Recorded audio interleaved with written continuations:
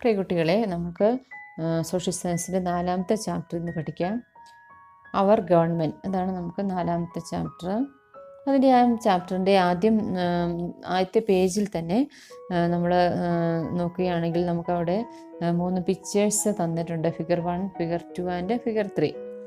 Can you identify the above pictures? നിങ്ങൾക്ക് തിരിച്ചറിയാൻ സാധിക്കുന്നുണ്ട് ഈ പിക്ചറുകൾ ഏതൊക്കെയാണെന്ന്. ഒന്നാമത്തെ പിക്ചർ ഏതാണ്? പാർലമെൻറ്റ് ബിൽഡിംഗ് ആണ്. രണ്ടാമത്തെ രാഷ്ട്രപതി ഭവനാണ്. മൂന്നാമത്തെ സുപ്രീം കോർട്ടാണ്. ഓക്കെ, നമുക്കതേക്കുറിച്ച് ഡീറ്റെയിൽ ആയിട്ട് പഠിക്കാം. The first one is the parliament building which represents the legislature. അപ്പോൾ ഒന്നാമത്തത് പാർലമെൻറ്റ് ബിൽഡിംഗ് ആണ്. അത് എന്തിനെയാണ് പ്രതിനിധീകരിക്കുന്നത്? ലെജിസ്ലേച്ചറിനെ അല്ലെങ്കിൽ നിയമസഭ, അതിനെയാണ് അത് പ്രതിനിധീകരിക്കുന്നത്. രണ്ടാമത്തെ ബിൽഡിങ് എന്ന് പറയുന്നത് ഏതാണ്? രാഷ്ട്രപതി ഭവൻ. അതെന്തിനാണ് റെപ്രസെൻറ്റ് ചെയ്യുന്നത്? Second represent the executive. അത് എക്സിക്യൂട്ടീവിനെയാണ് അത് റെപ്രസെൻറ്റ് ചെയ്യുന്നത്. And it's the official residence of president of India. Rashtrapati Bhavan നമുക്ക് രാഷ്ട്രപതിയുടെ ഭവനം, രാഷ്ട്രപതി താമസിക്കുന്ന സ്ഥലം. Official residence of president of India, ഇന്ത്യയുടെ പ്രസിഡൻറ്റിൻ്റെ ഔദ്യോഗിക താമസ സ്ഥലമാണ് നമ്മൾ രണ്ടാമത്തെ ഫിഗറിൽ കൊടുത്തിരിക്കുന്നത്. മൂന്നാമത്തെ ഫിഗറിൽ കൊടുത്തിരിക്കുന്നതാണ് സുപ്രീം കോർട്ട് കോംപ്ലക്സ് ആണ്. Supreme court complex which represent the Indian judiciary. അത് എന്തിനാണ് റെപ്രസെൻറ്റ് ചെയ്യുന്നത്? ഇന്ത്യൻ ജുഡീഷ്യറിയാണ് റെപ്രസെൻറ്റ് ചെയ്യുന്നത്. These 3 institutions are related to 3 organs of the government, namely legislature, executive and judiciary. അപ്പോൾ നമ്മൾ ഈ പഠിച്ച 3 ഇൻസ്റ്റിറ്റ്യൂഷൻസ് ഏതൊക്കെയാണ്? ഒന്നാമത്തെ ഇൻസ്റ്റിറ്റ്യൂഷൻ ഏതാണ്? പാർലമെൻറ്റ്. രണ്ടാമത്തെ ഏതാണ്? എന്താണ്? Official residence of president of India, Rashtrapati Bhavan നമ്മൾ പറയുന്നത്. മൂന്നാമത്തെ സുപ്രീം കോർട്ട്.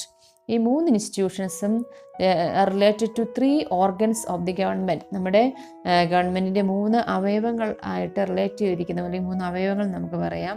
അപ്പം അതിൻ്റെ പേരുകൾ ഏതൊക്കെയാണ്? Legislature, executive and judiciary.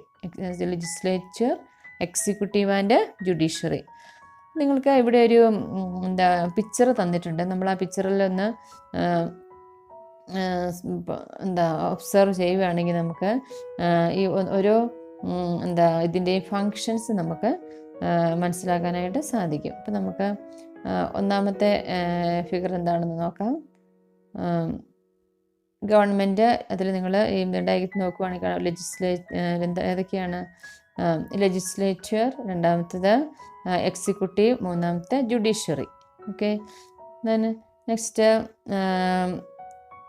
ലെജിസ്ലേച്ചറിൻ്റെ function എന്താണ്? ലെജിസ്ലേച്ചറിൻ്റെ ഫങ്ഷൻ എന്ന് പറഞ്ഞാൽ മേക്സ് ലോ. എന്താണ് മേക്സ് ലോ എന്ന് വെച്ചാൽ നിയമം നിർമ്മിക്കുന്നത്. മേക്സ് ലോ ആണ് ലെജിസ്ലേച്ചർ.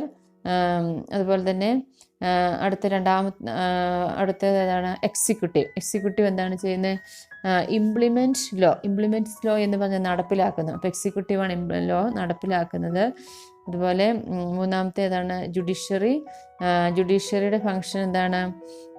ഇൻ്റർപ്രറ്റ്സ് ലോ എന്ന് വെച്ചാൽ വ്യാഖ്യാനിക്കുക. അപ്പോൾ അതാണ് ഇതൊരു ഗവൺമെൻറ്റിൻ്റെ 3 അവയവങ്ങൾ അല്ലെങ്കിൽ 3 റിലേറ്റഡ് ആയിട്ടുള്ള 3 പാർട്സാണ് ലെജിസ്ലേച്ചർ, എക്സിക്യൂട്ടീവ് ആൻഡ് ജുഡീഷ്യറി.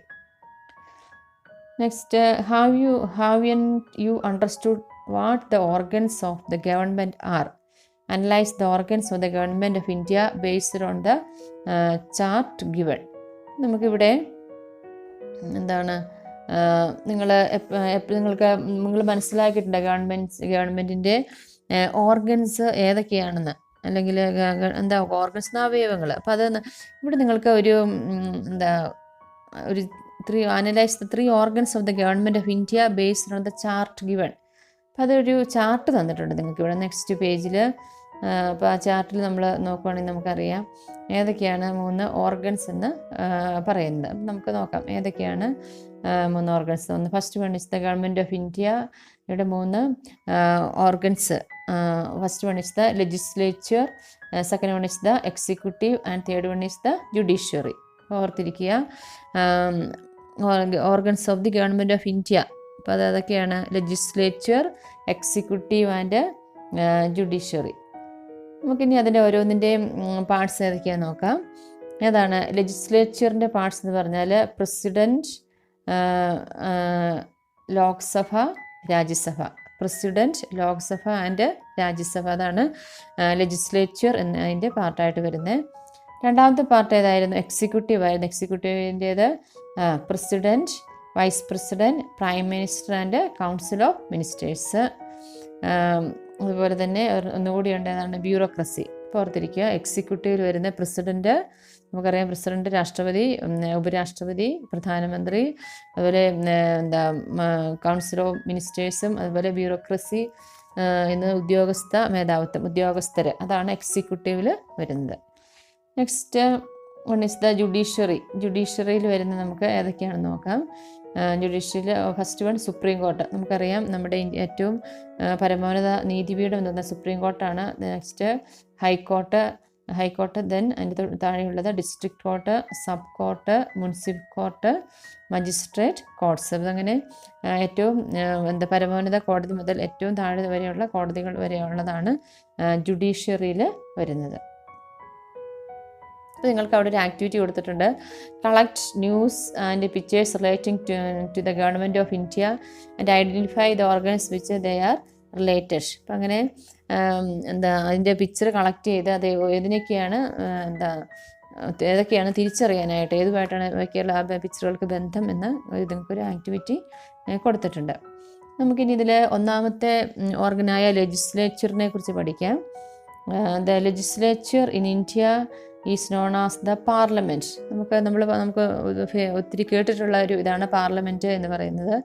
ഇന്ത്യയിലെ ലെജിസ്ലേച്ചറിന് പറയുന്ന പേരാണ് parliament. It consist of president and 2 houses, namely Rajya Sabha and Lok Sabha. ഇപ്പോൾ പാർലമെൻറ്റിൽ എൻ്റെ പാർട്സ് എന്ന് പറയുന്ന ഏതൊക്കെയാണ്? പ്രസിഡൻറ്റ്, അതുപോലെ 2 ഹൗസസ് ഉണ്ട്, Rajya Sabha and Lok Sabha. The Rajya Sabha is known as the upper house and the Lok Sabha is known as the lower house. 2 ഹൗസിൽ രാജ്യസഭയ്ക്ക് upper house എന്നും അതുപോലെ തന്നെ ലോക്സഭയ്ക്ക് ലോവർ ഹൗസ് എന്ന് പറയുന്നു. Since it has 2 houses it is known as bicameral legislature. ഇവിടെ 2 ഹൗസസുള്ള രാജ്യസഭ എന്ന് പറയുന്ന upper ഹൗസും അതുപോലെ തന്നെ ലോകസഭ എന്ന് പറയുന്ന ലോവർ ഹൗസും ഉള്ളത് കൊണ്ട് നമ്മുടെ ലെജിസ്ലേച്ചർ ബൈ ക്യാമറൽ ലെജിസ്ലേച്ചർ എന്നാണ് അറിയപ്പെടുന്നത്. ഇവിടെ നിങ്ങൾക്ക് ഒരു ആക്ടിവിറ്റി തന്നിട്ടുണ്ട്. Find out more countries having bicameral legislature. നമ്മൾക്ക് അറിയാം യുണൈറ്റഡ് സ്റ്റേറ്റ്സ്, ഫ്രാൻസ്, അതുപോലെ തന്നെ കാനഡ. അപ്പോൾ ഈ രാജ്യങ്ങളെല്ലാം ബൈ ക്യാമറൽ ലെജിസ്ലേച്ചറുള്ള കൺട്രീസാണ്. അപ്പോൾ നമ്മൾ ലെജിസ്ലേച്ചറിൻ്റെ 2 ഹൗസുകൾ പഠിച്ചു, രാജ്യസഭയും ലോകസഭയും.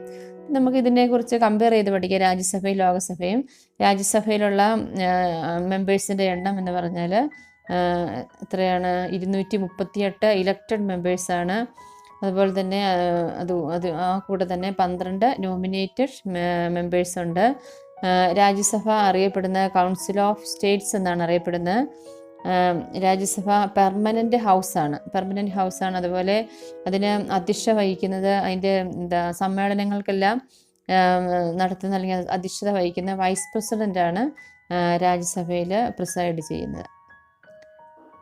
നെക്സ്റ്റ് ലോകസഭ നിങ്ങളത് കമ്പയർ ചെയ്ത് പഠിക്കാം. ലോകസഭയിൽ ഉള്ള മെമ്പേഴ്സിൻ്റെ എണ്ണം എന്ന് പറഞ്ഞാൽ 543 ഡയറക്റ്റ്ലി ഇലക്റ്റഡ് മെമ്പേഴ്സ്. അപ്പം ജനങ്ങളിൽ തിരഞ്ഞെടുക്കപ്പെടുന്ന 543 ഇലക്റ്റഡ് മെമ്പേഴ്സ് ഉണ്ട്. അതുകൂടാതെ 2 നോമിനേറ്റഡ് മെമ്പേഴ്സ് ഉണ്ട്. Known as house of representatives. അപ്പം അതിനറിയപ്പെടുന്ന ഹൗസ് ഓഫ് റെപ്രസെൻറ്റേറ്റീവ്സ് എന്നാണ് അറിയപ്പെടുന്നത്.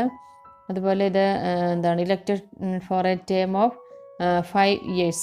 നമുക്കറിയാം 5 വർഷത്തേക്കാണ് ലോക്സഭയിലെ അംഗങ്ങളെ തിരഞ്ഞെടുക്കുന്നത്. അതുപോലെ തന്നെ അതിൻ്റെ പ്രിസൈഡഡ് ഓവർ ബൈ ദി സ്പീക്കറാണ് അതിൻ്റെ സമ്മേളനങ്ങൾക്ക് അധ്യക്ഷത വഹിക്കുന്നത്.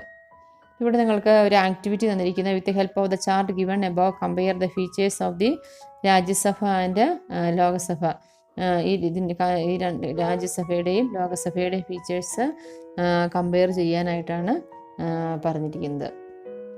Next the president of India is not a member of parliament. ഇപ്പം നമ്മളിവിടെ പഠിച്ച് പ്രസിഡൻറ്റ് പക്ഷേ പാർലമെൻറ്റിൻ്റെ ഒരു അംഗമല്ല പ്രസിഡൻ്റ് എന്ന് പറയുന്നത്. But he is considered as an integral part of the parliament. പക്ഷേ പാർലമെൻറ്റിൻ്റെ അവിഭാജ്യ അല്ലെങ്കിൽ ഒഴിവാക്കാൻ പറ്റാത്ത ഒരു ഘടകമാണ് പ്രസിഡൻറ്റ്. പക്ഷേ പ്രസിഡൻറ്റ് പാർലമെൻറ്റിലെ മെമ്പർ അല്ല. This is mainly because of the fact that the president of India performs legislative functions like summoning the sessions of the parliament, addressing the joint sittings and approving the bills passed by the parliament. എന്തുകൊണ്ടാണ് president പാർലമെൻറ്റിലെ ഒരു member അല്ലാതെ വരുന്നതിൻ്റെ reason, president of India performs legislative functions, നിയമ നിർമ്മാണവുമായിട്ട് ബന്ധപ്പെട്ട പല കാര്യങ്ങളും ചെയ്യുന്നത് പ്രസിഡൻ്റാണ്. അപ്പോൾ അദ്ദേഹം ചെയ്യുന്ന കാര്യങ്ങൾ സമ്മണിങ് ദ സെഷൻസ് ഓഫ് ദ പാർലമെൻറ്റിലെ സമ്മേളനങ്ങളെ വിളിച്ചു കൂട്ടുന്നത് പ്രസിഡൻ്റാണ്. അതുപോലെ അഡ്രസ്സിങ് ദ ജോയിൻറ്റ് സിറ്റിങ്സ്, രാജ്യസഭയുടെ ലോകസഭയുടെ ഒക്കെ സിറ്റിങ്സ്, ജോയിൻറ്റ് സിറ്റിങ്സിന് അതും അതിനെ അഡ്രസ്സ് ചെയ്യുന്ന അതിനെ അധ്യക്ഷത വഹിക്കുകയൊക്കെ ചെയ്യുന്നതും പ്രസിഡൻ്റാണ്.